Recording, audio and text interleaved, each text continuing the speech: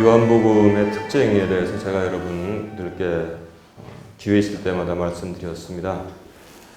사복음서가 있는데 마태, 마가, 누가복음을 어떤 복음이라고 그랬습니까?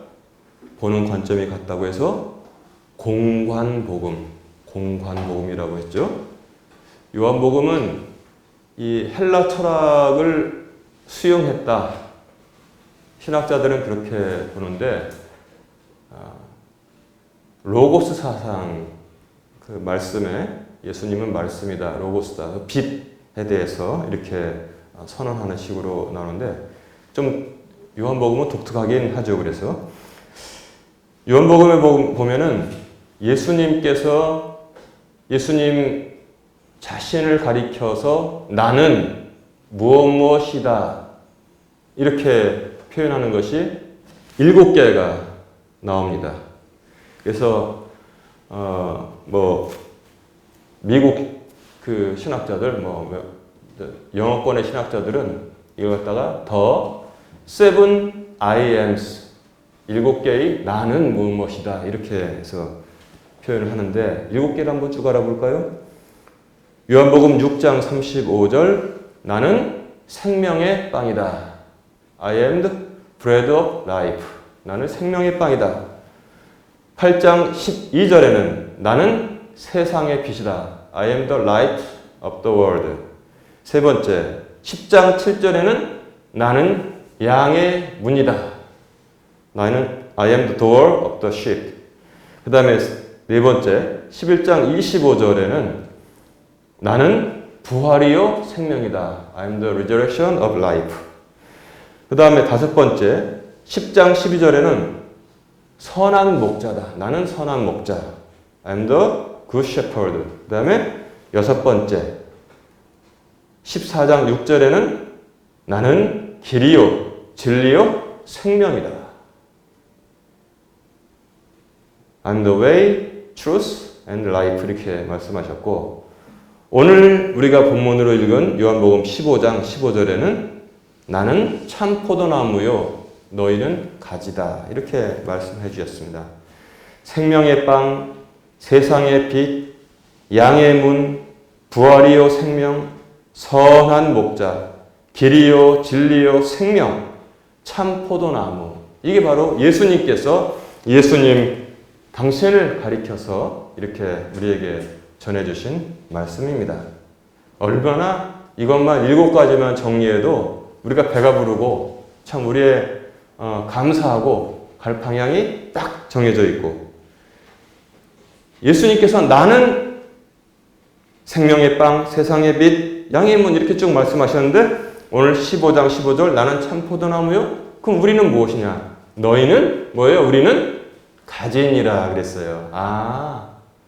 예수님은 이런 분, 이렇다 7가지를 말씀하셨는데 우리에 대해서는 딱 하나, 가지니라.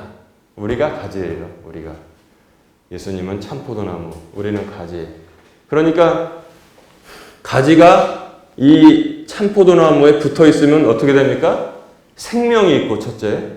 두 번째는 열매를 많이 거두는 가지가 되는데, 요 가지가 불행히도 참포도나무에서 딱 떨어져 있으면 이건 뭐예요? 2가지가 일어나요. 죽게 되고 생명을 잃고, 두 번째 뭡니까? 열매를 하나도 거둘 수가 없습니다. 여러분 그거를 잘 생각하면 우리가 제일 먼저 점검해야 될 게 무엇이냐? 내가 가지로서 예수님께 붙어 있는가 안 붙어 있는가를 생각하면 세상에서 고민하는 그 모든 답의 궁극적 해결이 거기 다 있다는 사실을 여러분 꼭 기억해야 됩니다. 아주 단순해요. 그리고 또 오늘 본문에 보면은 예수님께서 이제부터는 내가 너희를 종이라 칭하지 아니하고 친구라 하겠다. 우리의 지위를 올려주셨습니다. 근데 우리는 이제 종으로서 헌신하고, 또 예수님께서 우리를 제자들을 친구로 불러주셨고, 하나님께 대해서는 너희가 이제부터는 하나님을 아버지라 부를 수 있게 해주셨다. 하나님의 자녀가 되고, 이 모든 것을 다 우리에게 허락하여 주셨는데 거기서 우리가 어떠한 관계와 어떠한 자세로 헌신해야 되는지를 다 알 수 있는 거예요. 또 어떠한 것을 누릴 수 있는지를 다 알 수 있습니다. 자, 예수님의 친구 생각해 보니까 그러면 구약에서는 뭐냐? 하나님의 친구구나. 아시겠죠? 구약에서는 하나님의 친구, 그리고 신약에서는 예수님의 친구. 근데 공통점이 무엇이냐? 친구에게는 알려주신다는 말씀을 지금 하시고 있는 것입니다. 종은 주인이 하는 것을 알지 못하나 너희는 이제부터 내 친구이기 때문에 내가 내 아버지로부터 들은 모든 것을 너희에게 다 알려주었다. 우리는 다 알고 있는 거예요. 이 말씀을 통해서.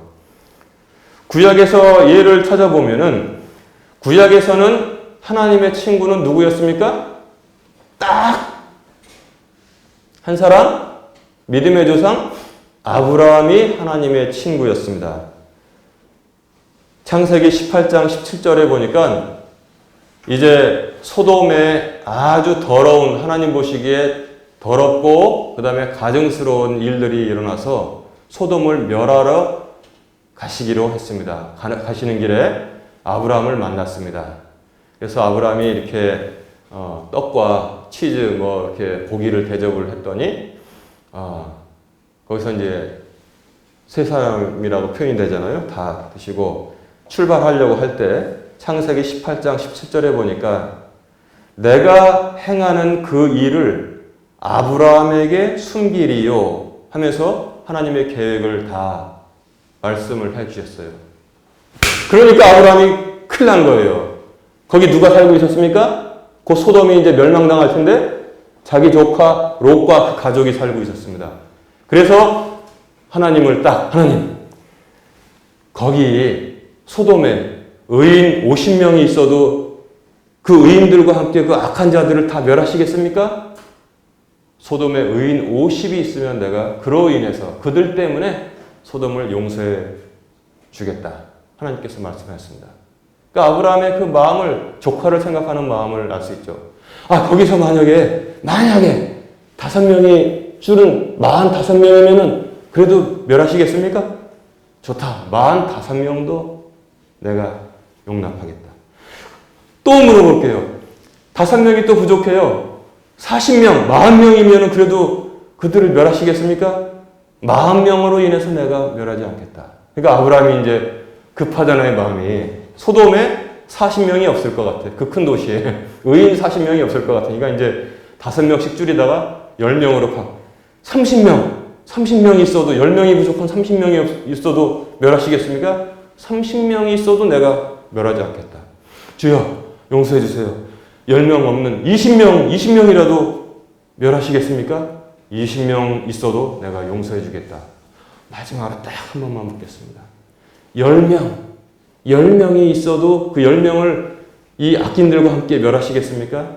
하나님께서 10명이 있다면 내가 용서해 주겠노라. 그렇게 말씀하셨어요. 그러니까 이 소돔이란 도시는 의인 10명이 없어서 다 모조리 망했다는 사실을 얘기 알려주고 있습니다. 이처럼 창세기 18장 17절에 보면 내가 행하는 그 일을 아브라함에게 숨기리요 하고 다 계획을 말씀을 해 주셨는데 이유가 이사야서 41장 8절에 나오고 있어요. 그러나 나의 종 너 이스라엘아 내가 택한 야곱아 나의 친구 아브라함의 씨야. 그렇구나. 아브라함은 하나님의 친구였기 때문에 모든 것을 다 하나님께서 알려주셨구나. 이 앞에도 있어요. 역대하에 보면은 전쟁을 치르고서 이스라엘이 패했을 때 모압하고 암몬 자손에게 패했을 때 이스라엘이 한탄하면서 당신의 친구 아브라함의 씨들을 주께서 지금 멸하려 하시나이까 이렇게 한탄하는 말씀이 나오는 걸로 봐서 아브라함은 하나님의 친구가 바로 이 모리아산 믿음으로 말미암아 되었다는 사실을 성경이 우리에게 전하고 있습니다. 구약에서는 하나님의 친구가 딱 한 사람, 자기 아들 독생한 아들을 칼로 잡아서 하나님께 바친 아브라함이 유일한 하나님의 친구였습니다. 왜 사실과 다르게 말하세요? 아브라함이 칼로 내리치기 전에 아브라함아 그 아이에게 아무것도 하지 말라, 손을 대지 말라 하셨는데, 왜냐하면 아브라함의 마음에서는 이미 그 아들은 죽었단 말이에요. 그러니까 신약에서 독생하신 예수 그리스도를 십자가에 내어주신 하나님의 마음을 아브라함만 안단 말입니다. 우리 네 가지 한자성어에 동병상련, 그 마음을 안단 말이에요. 그러니까 아브라함을 친구로 하나님께서 대접을 해 주셨습니다. 그런데 신약에 오니까 예수님의 제자들이 이제부터는 예수님의 친구, 모든 것을 다 알려주시고, 그 다음에 그런 말미암아 우리도 하나 친구로 대접받아서 주님께서 말씀을 통해서, 구약과 신약의 말씀을 통해서 하나님의 모든 계획을 다 알려주셨습니다. 그러니까 우리는 세상이 어떻게 될 것도, 장차 우리가 갈 그 영광스러운 하나님의 왕국도 어떤 모양인지를 이미 다 알고 있다는 거예요. 그게 바로 차이라는 것입니다. 15절에 그렇게 말씀하시고 있잖아요. 그래서 제가 오늘의 핵심 말씀이기 때문에 여기다 넣어놨는데, 이제부터는 내가 너희를 종이라 하지 아니하리니 종은 자기 주인이 하는 것을 알지 못하느니라. 오히려 내가 너희를 친구라 하였나니 이는 내가 내 아버지께 들은 모든 것을 너희에게 알려주었기 때문이라. 이렇게 요한복음 15장 15절에 말씀해 주셨습니다. 자, 그런데 우리가 지금 살고 있는 이 현대에도 친구처럼 다 알려주어서 다 아는 사람들이 있고, 종들처럼 너희들은 몰라도 된다 해서 모르고 사는 사람이 있다면은 어떻게 생각됩니까? 이것은 옳지 않다, 이렇게 생각을 하실 수 있습니다. 어떤 나라가 그러냐?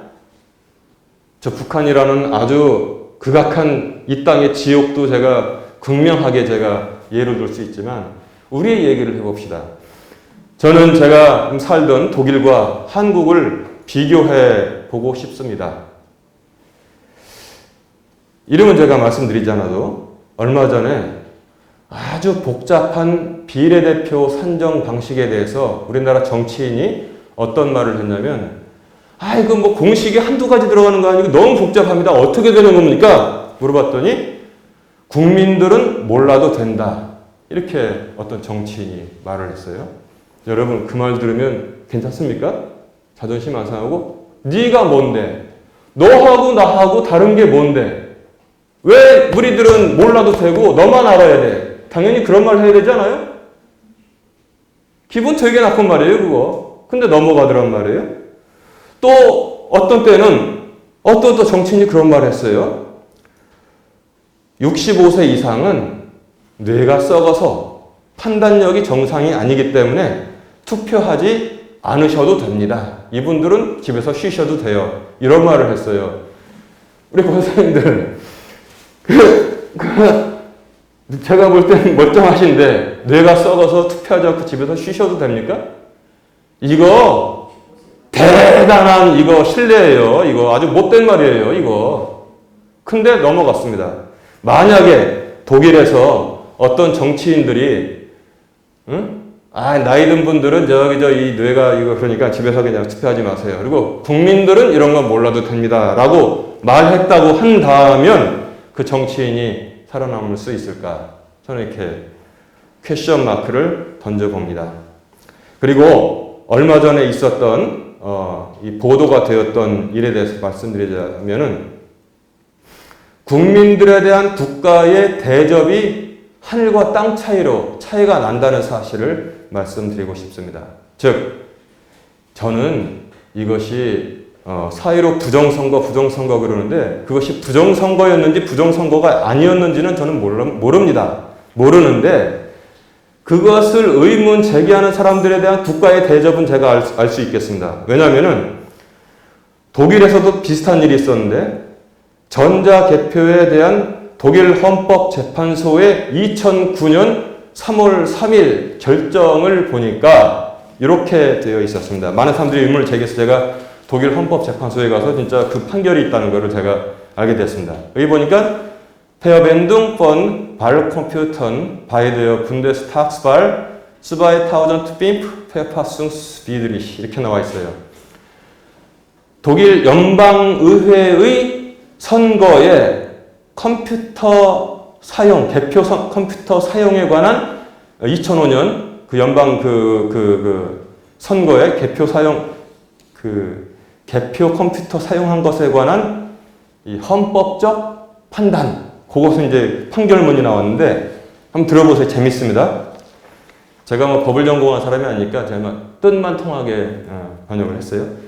대법원 제2부는 선거의 공공성에 관한 기본법 38조 20조 1, 2항에 의거하여 전자개표기의 투입은 선거 관리와 결과 확정의 핵심 단계를 시민들이 신뢰할 수 있어야 하며 특별한 전문 지식 없이도 검증 가능해야만 한다고 판결했다.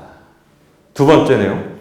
제16차 연방의회에 투입된 컴퓨터 조종 개표기는 연방헌법재판소의 전자개표기의 사용에 관한 헌법 기준에 부합하지 않는다. 즉 컴퓨터가 막 계산하는 그 기계는 헌법 정신에 맞지 않는다는 거예요. 제가 그래서 판결문이 짧은 줄 알았더니 밑에 보니까 거의 책 한 권이 나와서 제가 다 읽을 수는 없고요.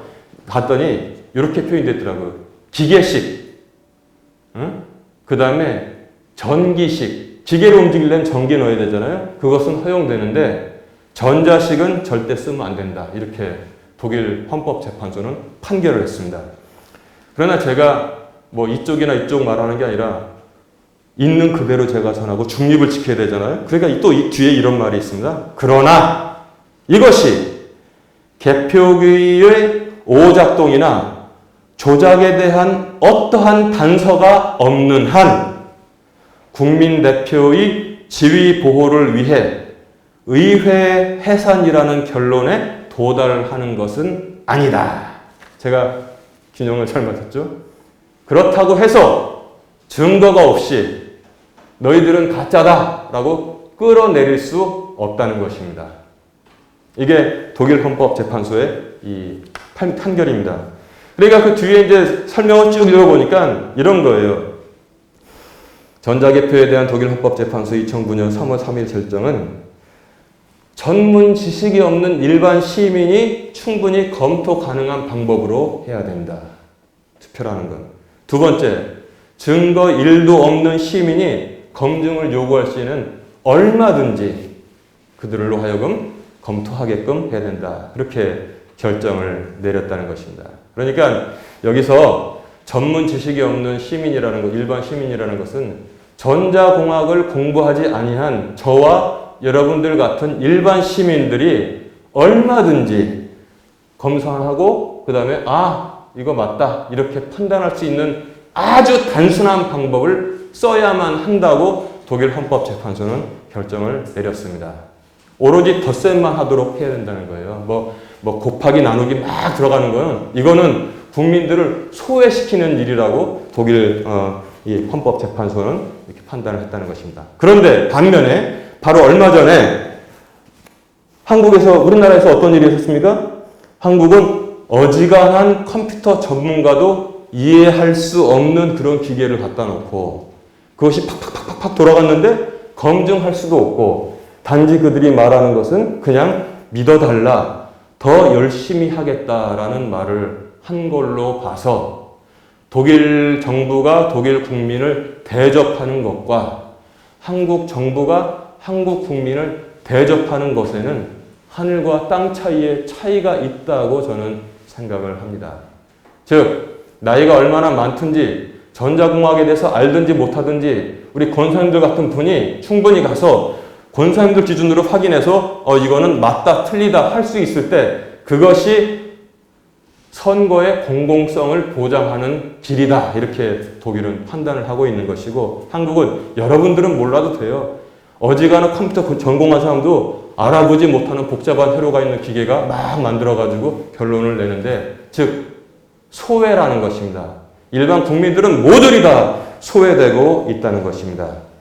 그래서 두 국민들이 있는데 다 알려주어서 다 아는 사람들, 국가가 친구로 대접하고 주인 대접을 하는 국민들이 있고, 몰라도 된다고 해서 모르는 사람들은 국가가 종으로 취급하는 것 아니겠느냐, 이렇게 오늘 말씀을 통해서 생각을 합니다.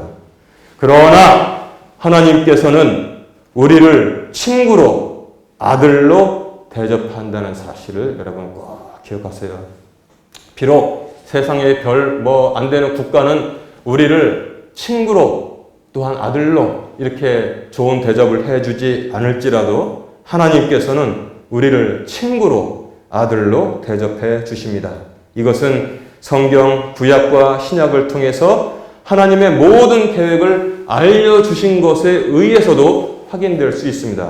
이 성경 말씀을 보면은 하나님의 모든 계획이 이 안에 다 기록되어 있어서, 문자로 기록되어 있어서 우리들이 성경을 안 읽어서 모를지언정 만약에 성경을 읽는 사람들이라면은 하나님의 계획을 모든 것까지 다 알도록 다 알려주셨다는 것이 여기서 입증되고 있습니다. 심지어 요한계시록을 펴보시면은 미래의 일을 하나님께서 어떻게 이끌어 가실지, 또한 그리고 하나님께서 만들어 놓으신 그 아름다운 하늘의 왕국이 어떠한 모양인지, 거기에 누가 있는지도 모두 다 기록해서 우리에게 다 친구로 대접하고 알려주신 것을 볼 수 있습니다. 그래서 요한복음 15장 15절 오늘의 핵심 말씀, 이제부터는 내가 너희를 종이라 하지 아니하리니 종은 자기 주인이 하는 것을 알지 못하느니라. 오히려 내가 너희를 친구라 하였나니 이는 내가 내 아버지께 들은 모든 것을 너희에게 알려주었기 때문이라. 이렇게 말씀을 해 주셨습니다. 하나님의 방법이 가장 올바른 방법이라는 사실, 하나님의 방법이 우리를 가장 대접해 주는 방법이라는 사실을 우리가 알 수 있는 것입니다. 하나님의 뜻과 같이, 그래서 우리나라도 국민을 종으로 보는 나라가 아니라, 너희들은 알 거 없다 하는 나라가 아니라 국민을 진정으로 주인으로 대접하는 좋은 나라가 되기를 바랍니다. 우리나라는 정말 좋은 나라가 됐어요. 기도의 힘이고 하나님의 정말 허락하십니다. 근데 아직 조금 부족한 게 있는데, 제가 뭐 그들이 선거 부정을 했다 그런 건 모르겠는데, 대접을 할 때, 국민을 대접할 때 정말 국민을 주인으로 대접해서 모든 걸 다 공개하고 알려주는, 아니 잘못한 게 없는데 감출 게 도대체 뭐가 있어요? 이 감출 이유가 뭐가 있어요? 오히려 국민을 단합시키죠. 국민들에게 모든 것을 알려주어서 국민을 주인 대접하는 그런 좋은 나라, 조금 부족한 것, 그것이 독일처럼 완전하게 채워지기를 바랍니다. 얼마나 좋습니까? 그런 나라가 되면. 이제 말씀을 정리합니다. 하나님의 왕국은 단 한 명의 소외도 없는 복되고 아름다운 곳입니다. 그러나 영으로 볼 때 두 개의 왕국이 있는데, 하나님의 왕국이 또 있고, 또 저 아래 뭐예요? 마귀의 왕국이 있습니다. 마귀의 왕국은 모든 것을 속이고 모든 것을 감추는 왕국인 것입니다. 그것에 대해서 요한복음 8장 4절은 이유가 무엇이냐? 너희 아비는 마귀이고 그 마귀는 거짓의 아비이고, 모든 거짓의 아비가 마귀이기 때문에 그렇다, 이렇게 말씀해 주셨습니다. 그래서 이런 말씀을 통해서 우리가 세상을 볼 때 하나님의 뜻은 분명하다, 이런 사실을 알 수 있습니다. 우리는 그러면 어떻게 서로 사랑하고 살아야 됩니까? 누가복음 6장 31절에 보니까 너희가 대접받고자 하는 대로 남을 대접하라 했습니다. 종의 대접을 받고 싶으면 남에게 종의 대접을 하면 됩니다. 그러나 종의 대접을 받고 싶은 사람은 아무도 없습니다. 우리가 친구로 대접받고 싶으면 남들도 그렇게 친구로 대접하면 되는 것입니다. 제가 여러분들에게 대접받고 싶은 게 있잖아요. 그러면 저는 여러분들을 똑같이 제가 원하는 대로 대접하면 되는 것입니다. 그게 바로 하나님의 뜻입니다. 그리고 또 요한복음 15장 12절에 무엇입니까? 내가 너희를 사랑한 것 같이 너희도 서로 사랑해라. 그렇게 주님께서 말씀해 주셨습니다. 여러분, 이 두 가지만 보면 딱 우리의 행할 일이, 먼저는 교회 안에서 행할 일이 보입니다. 서로 대접하는 거예요. 대접받고 싶은 대로 대접하고, 두 번째 뭐예요?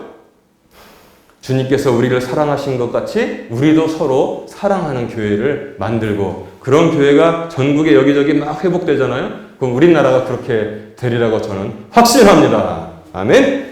하나님께서 우리를 대접하시고 사랑하시기 때문에 우리도 서로 대접하고 사랑하고, 이 변화가 우리 교회와 우리 주변과 나가서는 우리나라를 선하게 아름답게 변화시키는 2% 부족한 것을 완전히 채워서 정말 좋은 나라가 되는 그러한 원동력이 되기를 주님의 이름으로 축원합니다.